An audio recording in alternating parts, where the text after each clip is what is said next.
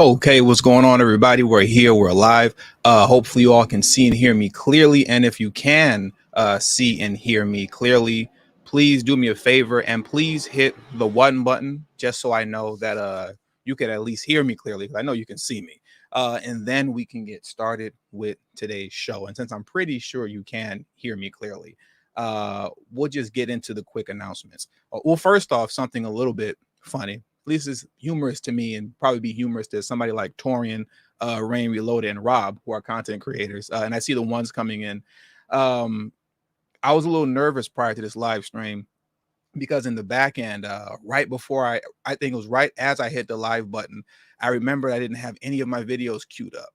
And behind the scenes, I loaded them all up in StreamYards all at once, and literally the whole computer started to glitch up and slow down, and I thought this live stream was going to be a complete disaster, but it looks like everything is going okay. And once again, the ones are coming in, so we can get started. Now, first and foremost, if you're new to the channel, please hit the subscribe button. Also, please make sure you hit the like button as well, the thumbs up, so it can help push this video out. Also, share this video on your social media platforms as well. This is the type of information and news that needs to get out to our people, and it's definitely not going to get out there via CNN or MSNBC, Joy Reid or Joyanne Reid, however you say her name. It definitely won't get out there via Tiffany Cross because she's fired. So we don't have to worry about that. We know she's not going to put this kind of information out. So because our folks won't hear this kind of stuff unless it comes from us, please make sure you share the video. Also, like I've been saying in my past couple of live streams, and I'm going to keep saying this, in these last days of free speech, in these last days of being able to speak openly and just give honest critique or just give a basic observation, it is extremely important that you do me a favor, as well as other content creators that ask for this as well, and that's please join the group texting that I have, the group text link that I have available. Well, it's not a link, but you text tdhiphop to number 33222. That's tdhiphop to number 33222, and that way I can send you a direct link via text whenever I go live or upload a video, which I'm going to get back to doing more uploads next week. Also, if you haven't already, please make sure you join the emailing list. The link to the emailing list will be pinned in the comment section below, as well as in the description box below as well. So joining the group text service as well, and please also join the emailing list. Text service, text tdhiphop to number 33222. Emailing list, the link to that will be in the description box below, as well as pinned in the comment section below. That is extremely critical because I need to be able to have a direct line of communication with you if ever anything happens to this channel, and I have to send you a direct link to where you can find me next, right?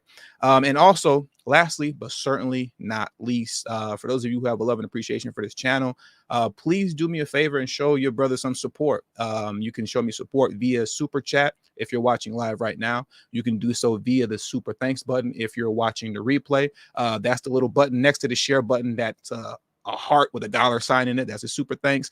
You could also do so via Cash App. That's $TD or you could join Patreon for as little as $3 a month. The link to that is in the description box below, as well as pinned in the comment section. And you could also become a channel member. Excuse me, well, I was rolling just now, tongue got tied. And you could also become a channel member for as little as $3 a month as well. Okay, so and that's always deeply appreciated because it's definitely needed. It's definitely needed, and it's a nice little thank you for the work that I put in prior to these live streams, because it's definitely not easy and it's definitely time consuming. So now let's get into the show and let's get into what you all came here for. So let me pull up this website really quick, and then we're going to get into it. All right. So now, before we get too deep into today's video, I'd like to show you a few stats, right, from this website right here called the U.S. Customs and Border Protection, right? This is the U.S. Customs and Border Protection website, so we can get a grasp of what's actually happening currently at the U.S.-Mexico border, kind of on a month-to-month basis. So what you're looking at right here is last month's report titled CBP releases September 2022 monthly operational update. And let's jump into that right now, just so we see how many folks are sliding into the United States illegally at the U.S.-Mexico border. Let's see how many slid through last month. Or I should just say walk through. They didn't slide through or sneak through anything. They just come, they just come right in, and it's just all good, right? CBP Southwest Border Enforcement numbers for September 2022. The large number of individuals fleeing failing authoritarian regimes in Venezuela, Nicaragua, and Cuba is contributing to an increased number of migrants attempting to cross the border. The number of unique individuals encountered nationwide in September 2022 was 182,704, a 15% increase in the number of unique enforcement encounters over the prior month, driven largely by an increased number of asylum seekers fleeing authoritarian regimes in Venezuela, Cuba, and Nicaragua. Of the total unique encounters in September of 2022, 77,302 were from Venezuela, Cuba, and Nicaragua, which represents 42% of unique encounters, a 245% increase over September 2021. All right. Now, here's the notes right here. Unique encounters include persons not previously encountered in the prior 12 months, right?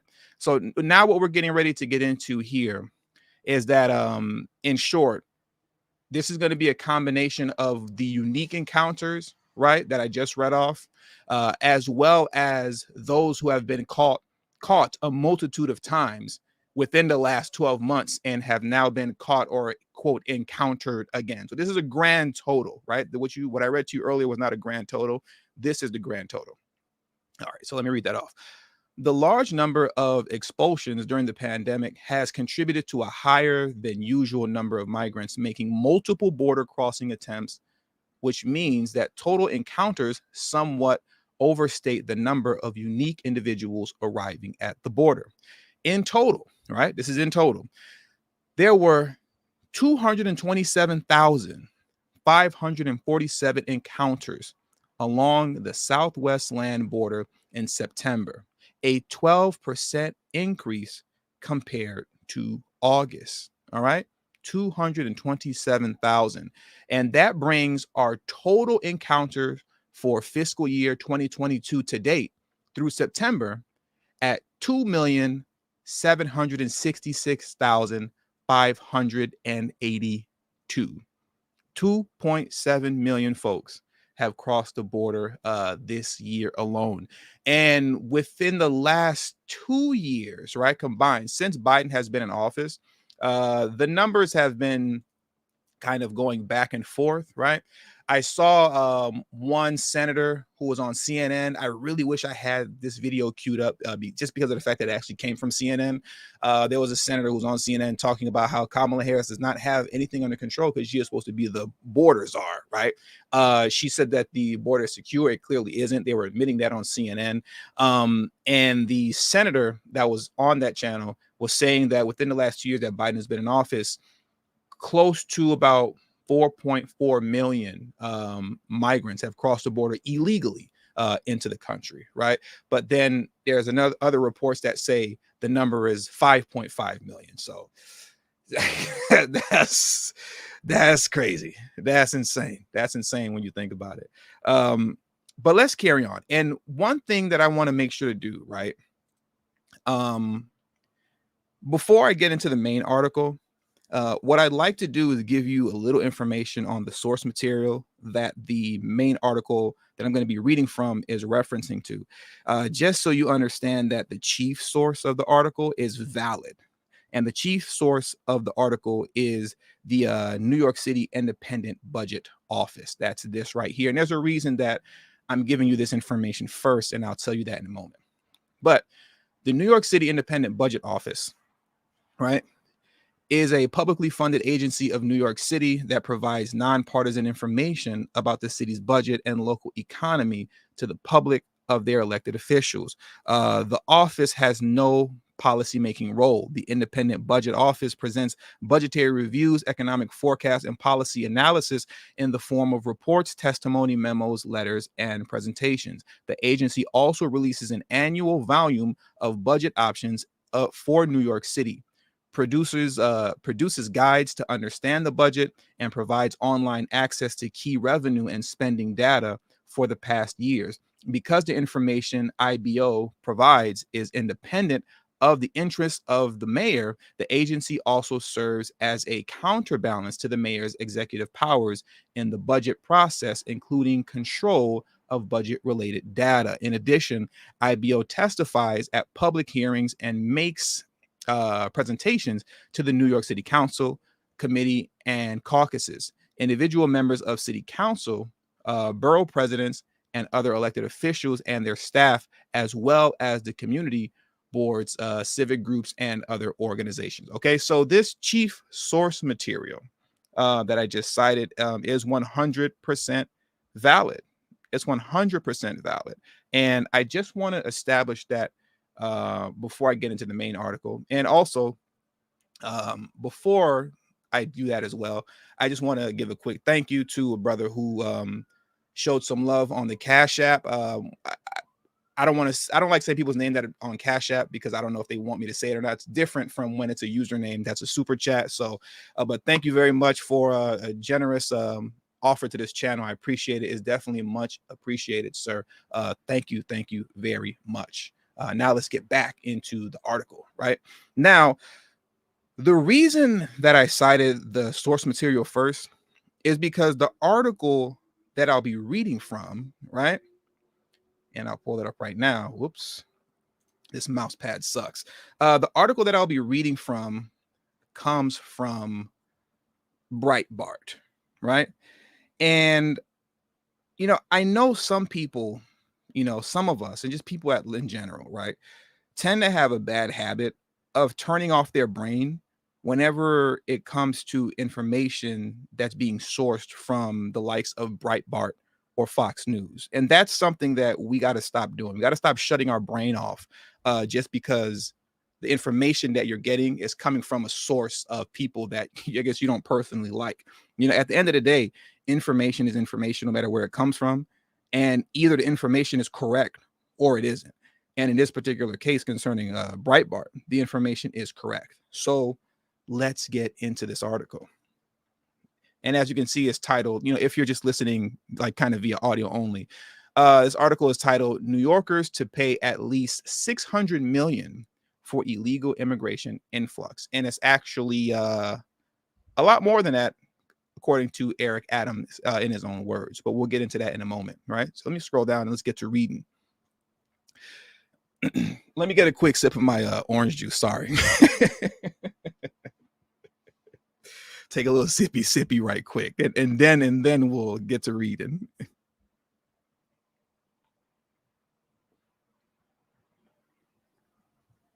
I promise you my orange juice is not spiked. It's 100% clean, non-alcoholic. Okay. So for months, Abbott has been sending border crossers and illegal aliens on buses to a number of sanctuary jurisdictions across the United States, including New York City. Almost immediately, Adams told New Yorkers to get on board. He told them right away, just say whatever you feel and what you think about it, whatever. He told them to get on board with the waves of illegal immigration burdening schools, infrastructure, homeless shelters, and subways. Just get on board. Shut up and deal with the New Yorkers.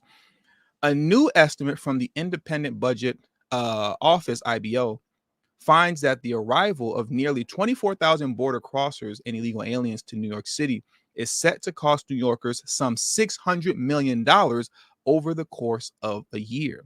And an additional, I repeat, and an additional 250 million if about 10,000 more arrive on buses in the coming months. So we're talking about, what's that, roughly around $850 million, right? Roughly $850 million we're looking at right now. Let's carry on. And this comes from the IBO report. And if you come to the site and you read it for yourself, they have a link here that you can click where you can download and read the actual IBO report for yourself. And I'll most likely, after this live stream is over, I'll make sure to leave the links in the description box, in the comments, and pinned in the comment section below for those of you who want to read the report and read this article for yourself. So I'll make it a point to do that. Hopefully I won't forget. I'll try not to. But this is an excerpt from the actual report, right? IBO has examined the costs that the city will incur over the course of a year to provide services to this population.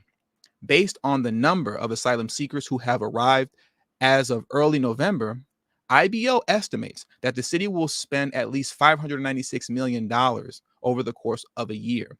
Our estimates include about $580 million in costs that are directly tied to the number of asylum seekers who have already arrived in the city. These include shelter stays, public school costs, as well as some health services and immigration legal assistance. Some of these costs, particularly shelter, will fall into the next fiscal year. The total cost of the city service, the total cost of city services provided to the newly arrived asylum seekers cannot be estimated with certainty, as the number of people arriving and remaining in the city continue to evolve. Where possible, we provide the per person and per household costs of the various services. We estimate that this per person / household could range from about $1,900 for an individual who does not enter the city's shelter system and receive some health and basic legal services to nearly $93,000 for a family of four for a family of four who enters a shelter for a year and has two children enrolled in the city's public school. I'm going to take a sip of orange juice real quick and read that one more time because I feel like I fumbled that a little bit and I feel like that's important. So let me read that again. Hold on. I don't know why I'm getting so cottonmouthed right now. It's weird. We estimated that this prior per person, we estimate, Jesus Christ, we estimate that this per person / household could range from about $1,900 for an individual who does not enter the city's shelter system and receive some health and basic legal services, to nearly $93,000 for a family of four who enter the shelter for a year and has two children enrolled in the city's public schools. Along with receiving some health and basic legal services, this can be used to project total costs once there is a better understanding of the total number of asylum seekers expected to require services from the city. For example, the arrival of an additional 10,000 asylum seekers, assuming the current mix of households remain consistent, would increase costs by around $246 million. Okay. Now think about that. Money is literally falling from the sky in New York City, right? They're just pulling it out of thin air. It wasn't that long ago. It was earlier this year. I think it was back in May when I reported on how the AAPI community has at this point received up to $50 million, right, from New York City. The LGBTQ community has received up to $25 million, and they've received this money exclusively for them, right? Exclusively for them. But as we all know, for, Black New Yorkers, what we got, to help us with our troubles and with our woes and all the negative things that we have to deal with, we got, I believe it was $5.5 million for a hip hop history museum. Whoo. You have to laugh because it's so infuriating, sad, upsetting, and all of the above. I'm not laughing from a making fun of standpoint. It's just like, God, dog, money is just going everywhere. Up to $1 billion for illegal immigrants in New York City. Up to $50 million for the AAPI community to handle the things that they need to handle in their community. Up to $25 billion for the LGBTQ community. That's this year. And I've covered all this stuff in detail in past videos. Up $25 million for the LGBTQ community to handle what they need to handle.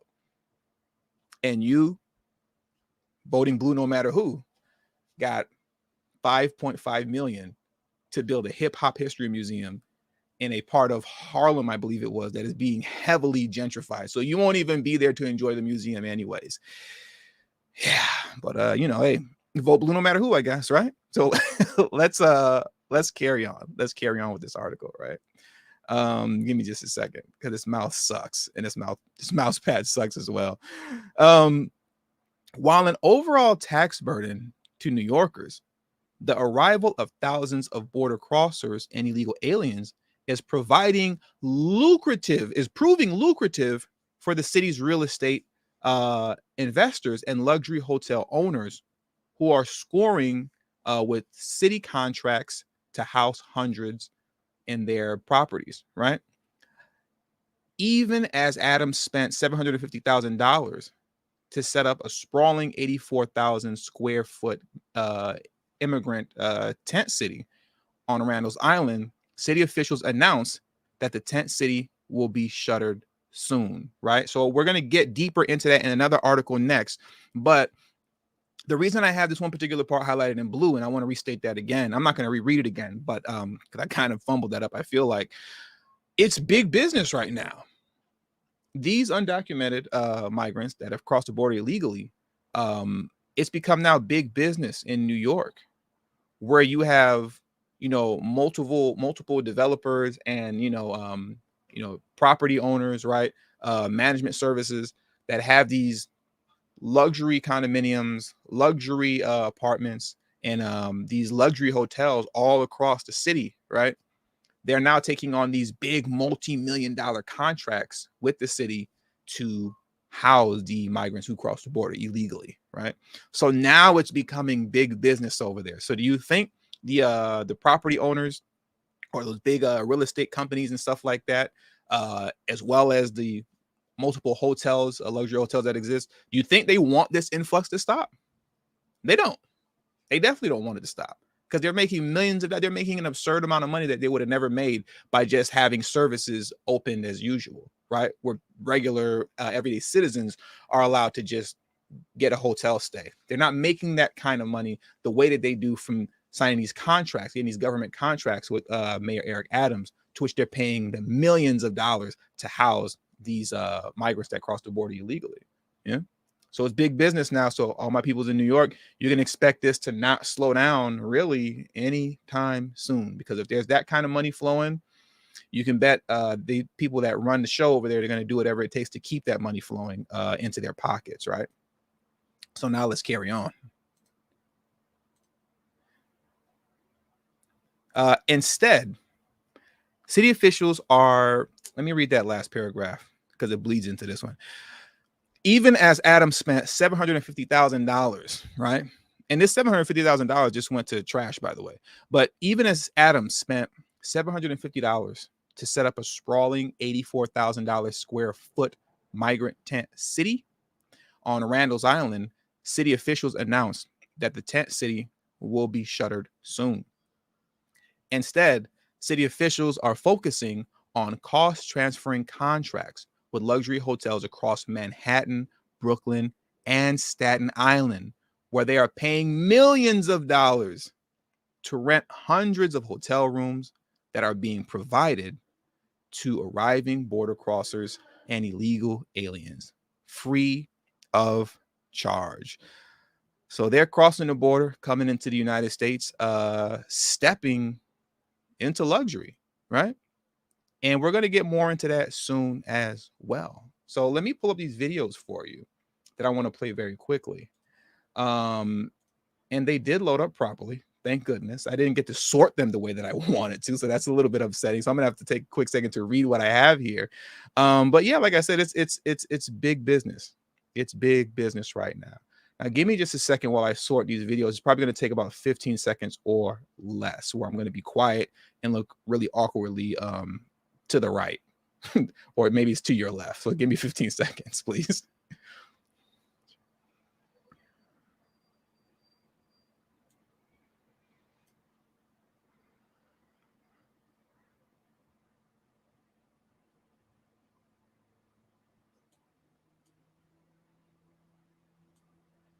Okay, I think that was 15 seconds or less, right? Okay, so let's get into it. I'm gonna play these videos for you guys right now. There's a couple of news clips that I want to go through that's gonna set us up for the next article that I'm gonna get into, and then we're gonna get out of here for today. So let's start with the first clip.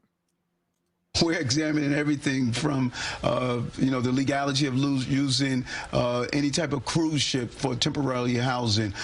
We're looking at everything to see how do we deal with this. I want to pursue this thing about the cruise ships. Is that really a possibility that you might be able to do that? We're looking at that. That was something that the previous administrations, Bloomberg administration, of my understanding, they looked at that during a surge. And so we're looking at that as a temporary measure, not as a permanent measure. A permanent measure is get people into housing. The mayor speaking as another convoy of buses filled with asylum seekers arrived at the Port Authority bus terminal from Texas. By mid-afternoon, 4 buses had arrived, as many as 3 more expected by the end of the day.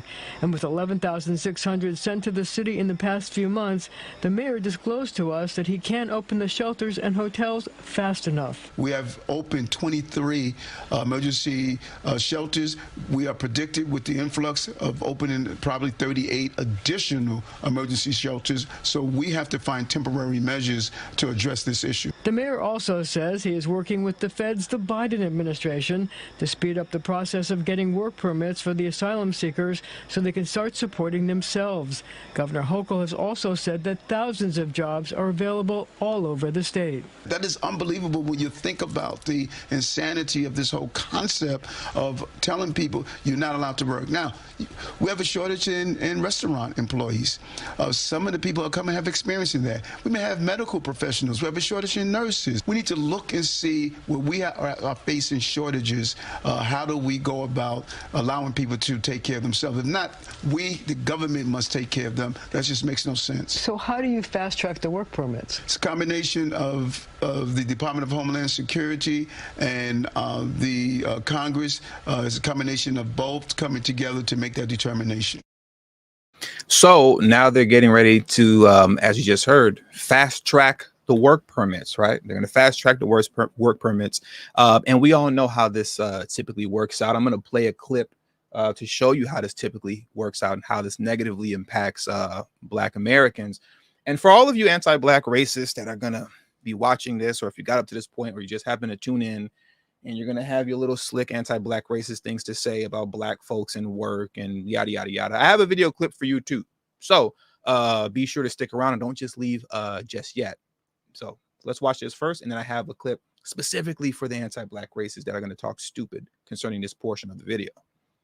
I had asked the Civil Rights Commission to conduct a hearing on this. And there were at least 3 hearings that we conducted, one of which was designed specifically to determine the effect of illegal immigration on Black workers.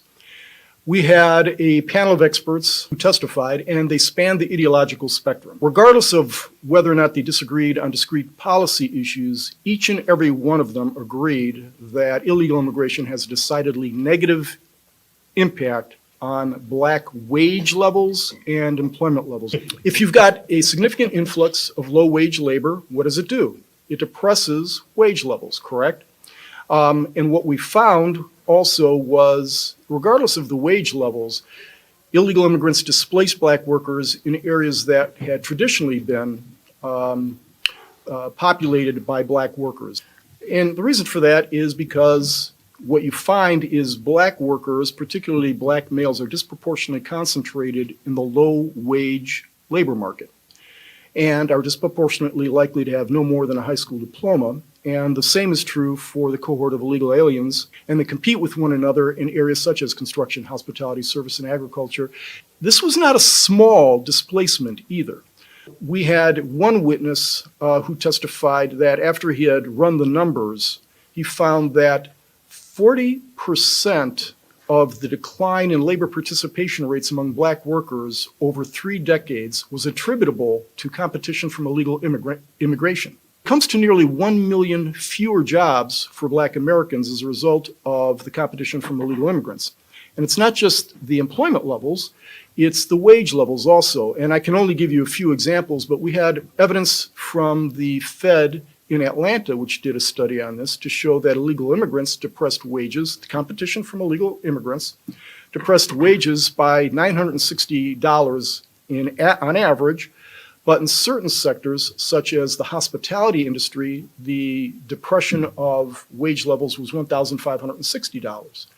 And because black workers were disproportionately concentrated in those areas, they were disproportionately affected. So that's what Black New Yorkers have to look forward to in the coming days, weeks, and months concerning employment in NYC, right? And before I play a video for the anti-Black racists, and it's a serious video too. It's not nothing goofy or nothing, because I'm, you know, it's not anything goofy, but it's serious, and it's just proof that this lie that has continued on for so long, that Black folks, Americans in general, but particularly Black people, because the stereotype around us is that, you know, we're lazy, we don't like to work, yada yada yada. This just disproves that lie altogether.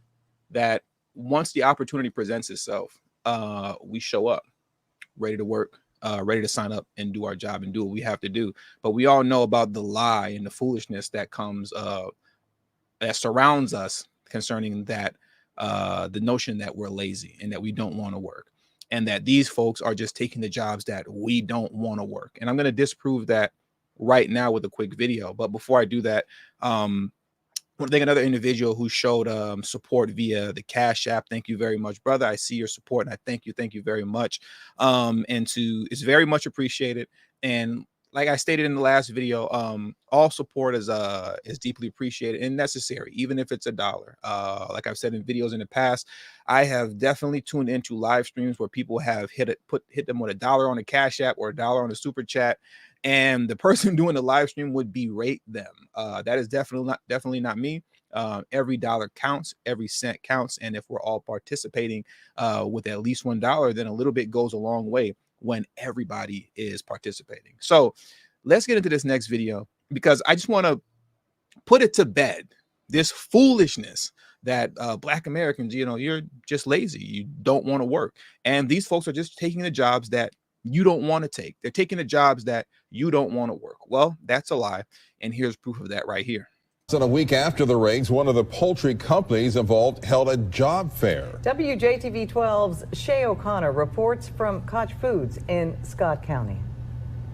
Bright and early Monday morning, dozens of people turned out at Cook Foods employment centers in Martin and the Wynn Job Center in Forest are looking for a job. I heard that, you know, they were hiring, so I came down here to see if they needed somebody to drive one of the trucks for them, and me and my cousins, we came up here to see if they were hiring anywhere else in the warehouse.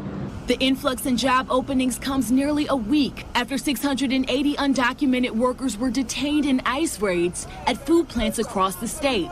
In the town of Morton alone, 243 people were taken from food plants, Cook Foods being where the highest numbers of workers were detained. Organizers with Wynn Job Center in Forest say they were contacted by the food company last week to conduct the fair. They have to continue with business as usual. When they continue with business as usual, that means that they have to have enough people in order to process the poultry.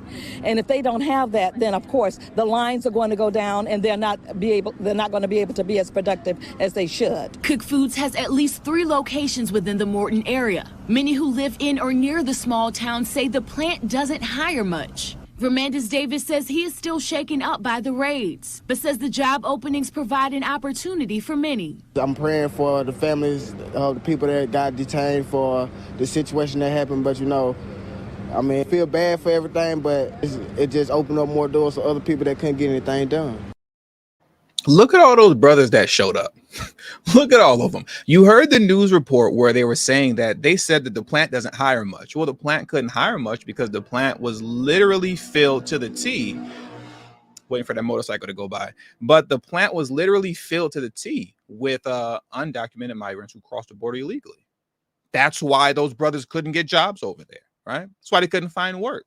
But the moment those migrants got snatched up, I believe ICE took them away, there was a raid, and literally the entire factory now is without employees. When the help wanted sign went up, guess who showed up? A bunch of brothers, a bunch of Black men that are supposed to be, you know, lazy, shiftless, don't want to work, just want to, you know, smoke big dope all day and do all other types of foolishness. Well, clearly that's not the case. That's a lie. It always has been a lie, and that was proof that that's a lie right there. Now, I have one last clip for you all. One last clip. I promise it's the last one, because this clip right here is going to set up what we're going to discuss in the next article. Okay, so let me play that for you right now.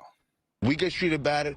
They get treated better than us. That's not fair. They treat you wrong, like you're lower than nothing. Gabriel de la Cruz and Lee Brown live in a men's homeless shelter that is about 350 yards as the crow flies from the new tent city for migrants opened by the city this week. But in terms of treatment and quality of life, the centers are poles apart. The pictures tell the tale. Men at the migrant center, who are only supposed to be here for 4 days, have a recreation room with multiple TVs, plush couches, telephones for calling home, Xboxes, foosball tables, and games. The recreation room at the homeless shelter, where men stay indefinitely, has a single TV and uncomfortable molded plastic chairs. That's it. The migrants have a cafeteria with condiments on the table, a rotating menu of South American specialties, even bottled water and soft drinks in coolers. There are no condiments on the tables at the shelter. Water comes from a red and yellow jug, and the meals, overcooked mac and cheese, appears to be a staple. Oh, the food is garbage, man. Forget about it. The food is just garbage, man. It's not cooked well. Lee Brown says the elevators are always broken. I'm a diabetic. Right now, I got to walk up 6 flights of stairs. 7 flights of stairs. Both men say Mayor Adams should even the playing field. He should make it even. We've been here for the longest, and we're getting treated the worst. Vote blue no matter who, right? You know, there you go. There you go. You know, you're voting for folks just to vote for them. Don't even really understand who they are and what they're about and the games that they're about to play with you.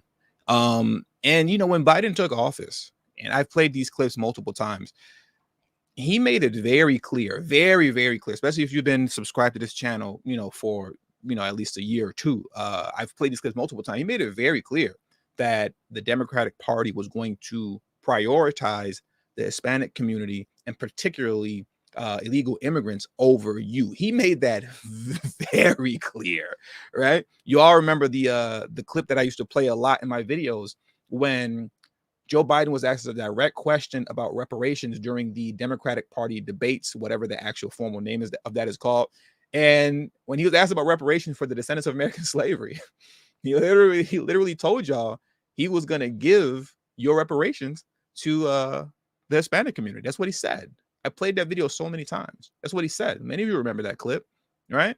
You all remember the clip when the video that got leaked. It wasn't leaked. It wasn't leaked. It was put out deliberately. But remember the video that was leaked, right? Where Biden was scolding black leaders, right? Keep putting these quotation of black leaders like Jesse Jackson and all of them, or not Jesse Jackson, Reverend Al Sharpton and people from the NAACP. And he told them to get used to working with Hispanics because there's going to be more of them than y'all. Remember? He had a lot of aggression in his voice when he was talking to those black leaders. Better get used to working with the Hispanics because there's going to be more of them than y'all. So they know what they were doing, right? They know what they're going to do before they get into office. Like none of what's happening right now for the Democratic Party is a surprise in any way, shape, form, or fashion. To whatever degree they might be playing the role of a surprise, like, oh my gosh, we don't know what's going on at the border and everybody's just coming in. What are we going to do? They anticipated all this already. They wanted this already. They've set the stage for all of this to happen, right? And that's why you see now, whether it's from New York to Chicago to Washington, D.C., who all just so happen to have black mayors, by the way, they rolled a red carpet out for these buses that are coming in from Texas, right?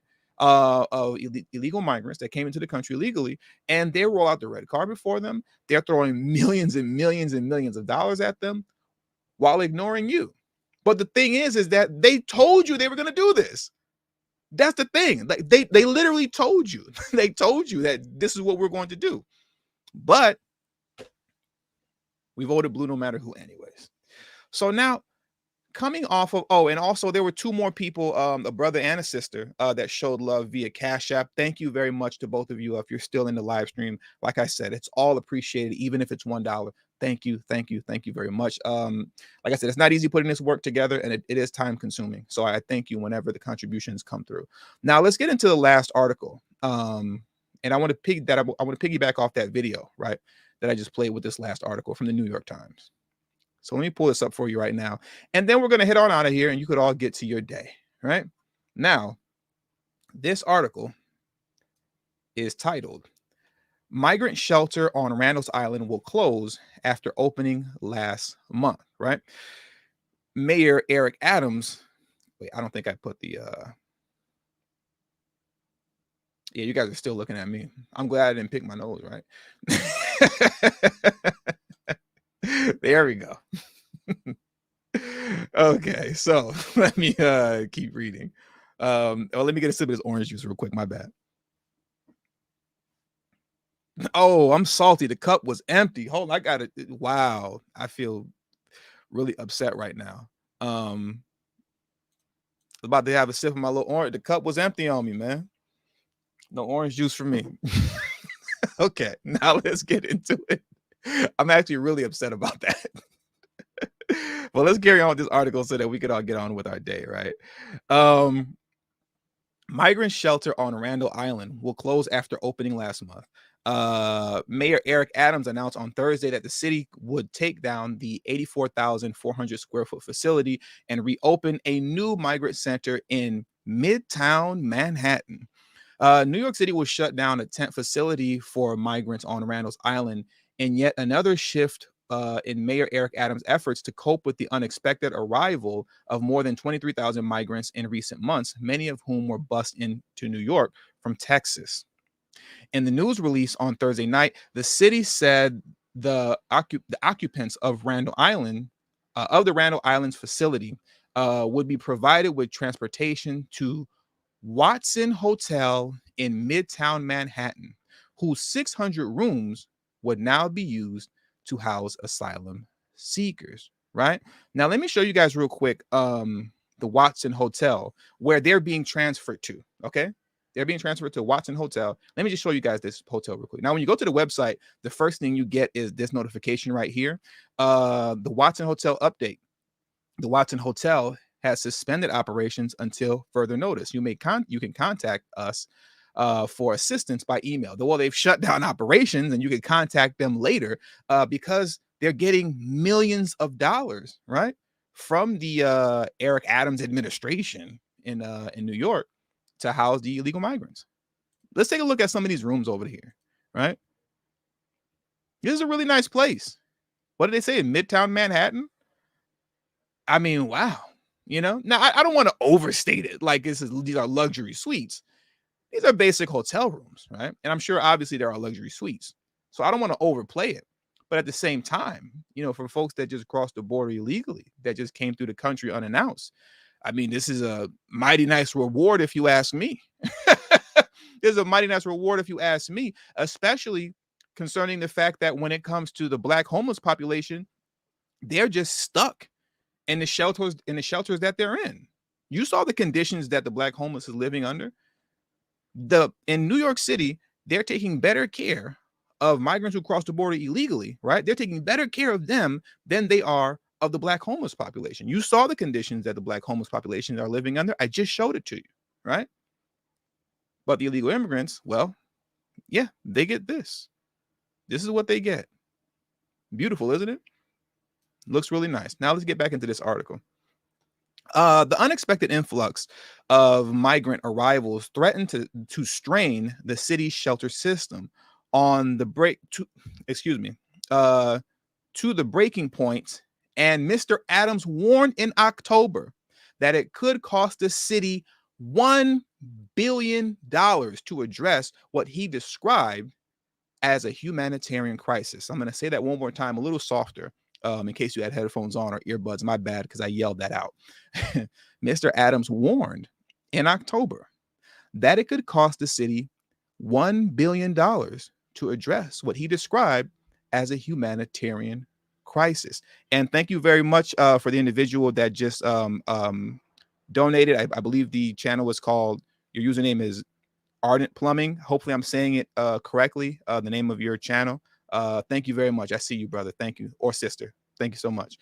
But the arrival slowed to a trickle after the Biden administration shifted its immigration policies late last month and began expelling new arrivals back to Mexico, easing those pressures and leaving the Randall's Island facility less than half full. Nevertheless, Mr. Adams said in a statement on Thursday that the city was currently providing for the needs of more than 17,500 asylum seekers.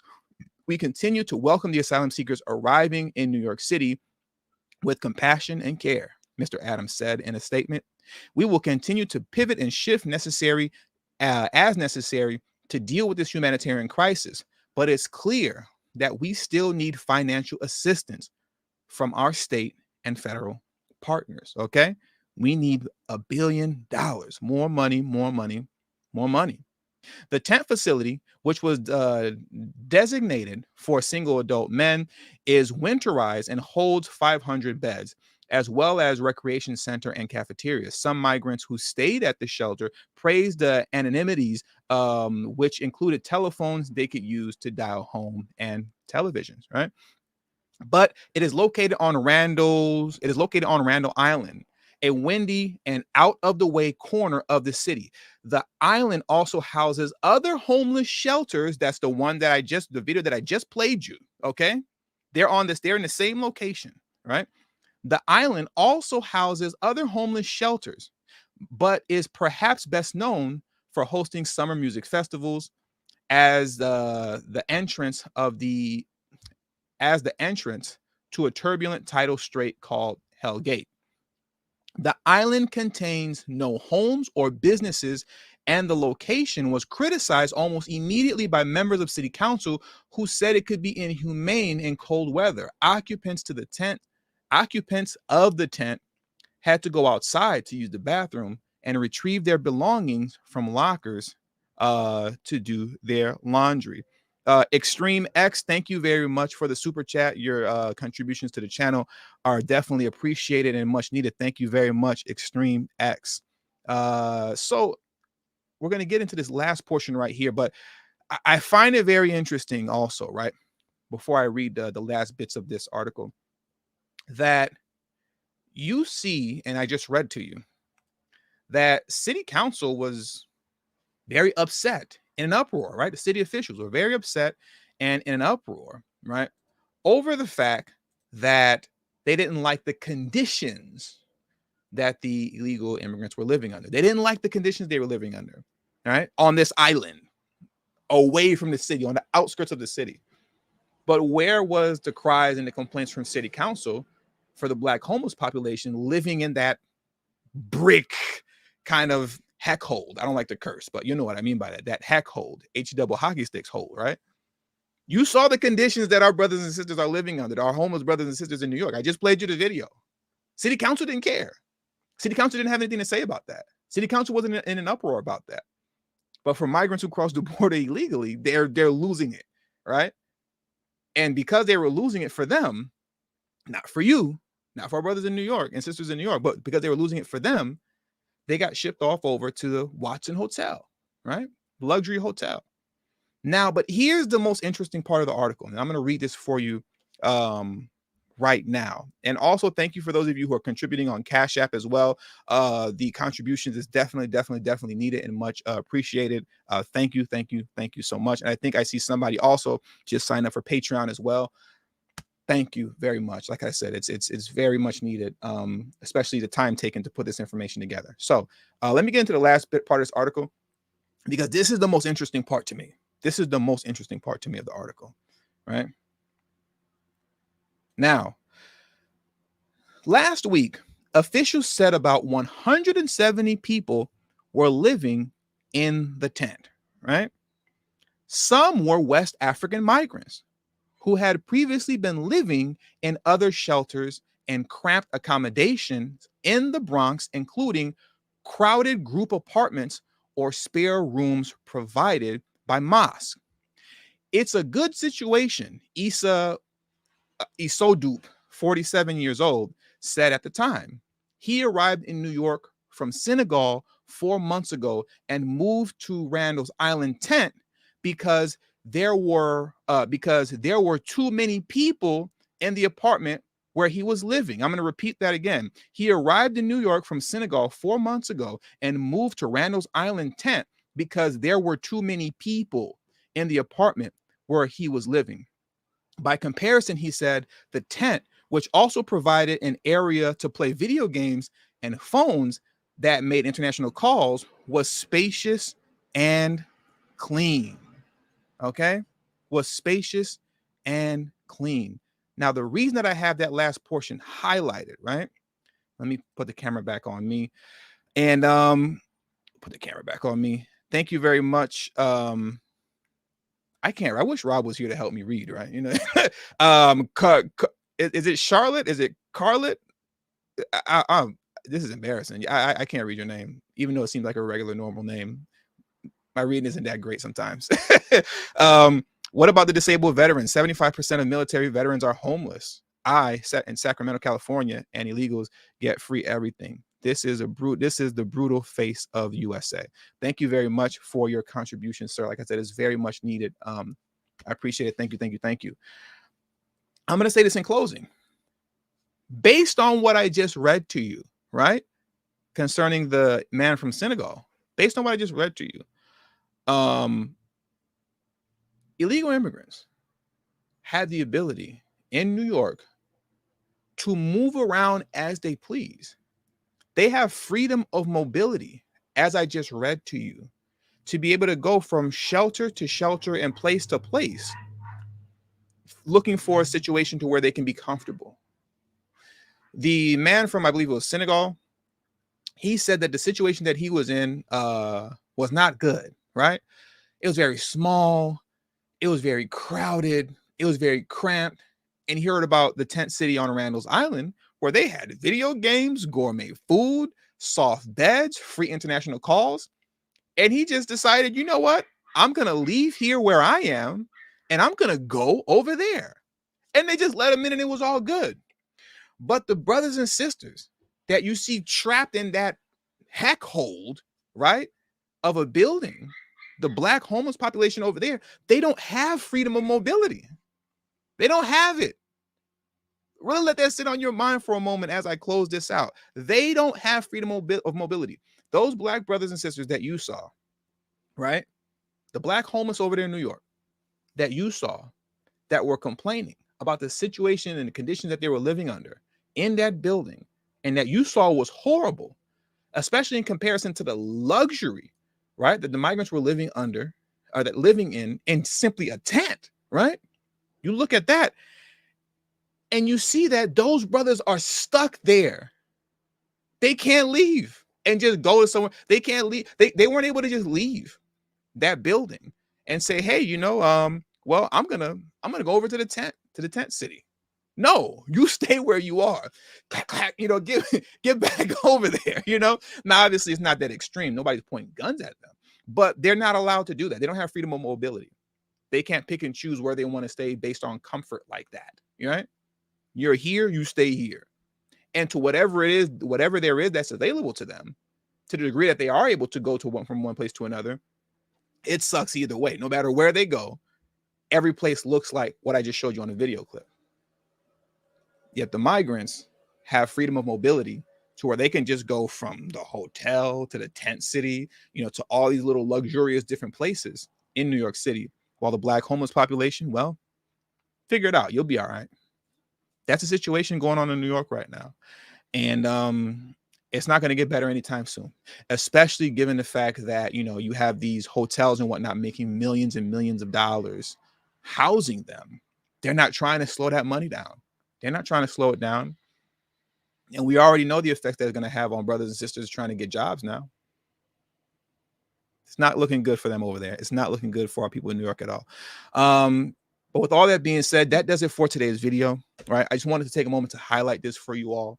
You're not going to get this type of news and information on CNN or MSNBC. You're just not going to get that from them. So for those of you who contributed to the channel, thank you very much. I appreciate all of you for blessing me today. And it truly is a blessing. You could be doing anything right now, but you're watching me. Right? You can be spending your dollars anywhere right now, but you're blessing me with it via the Cash App and Super Chat and whatnot. So it truly doesn't go unnoticed, and it's definitely appreciated. And with all that being said, that does it for today's video. Please make sure you hit the subscribe button as well as the bell notification next to the subscribe button so you'll be notified whenever I release a new video. All social media links will be pinned in the comment section below. Please make sure you text tdhiphop to number 33222. That's tdhiphop to number 33222. That way you'll get a direct text notification whenever I release a new video, but it also serves as a protection plan for myself. So in case YouTube ever gives this channel the axe, I'll be able to send you a direct link to where you can find me next. Also, and I'll say that one more time, text TD Hip Hop to number 33222. Okay. Also, please make sure you join the emailing list. Like I said, there's nothing more important in these last days of free speech. Nothing more important. If you're a content creator, if you're a YouTuber, if you're in media at all, nothing was more important than having direct access to your audience and those that listen to you and appreciate your content and want to hear what you have to say and your news and information, right? That's what you need really more than anything is access to your audience. So by texting TD Hip Hop to number 33222, TD Hip Hop, I always say it fast, to number 33222, or by joining the link, hitting the link below to join the emailing list. That helps keeps us connected in case anything weird happens with YouTube or my social media pages, right? And that does it for today's show. Thank you all for joining me today. And I'm going to go get my cup and refill it with orange juice because I ran out midstream and I was a little salty about that and still am because my throat is dry, cotton mouth, all the above. So I'll holler at you guys later. Thank you for your time. Peace.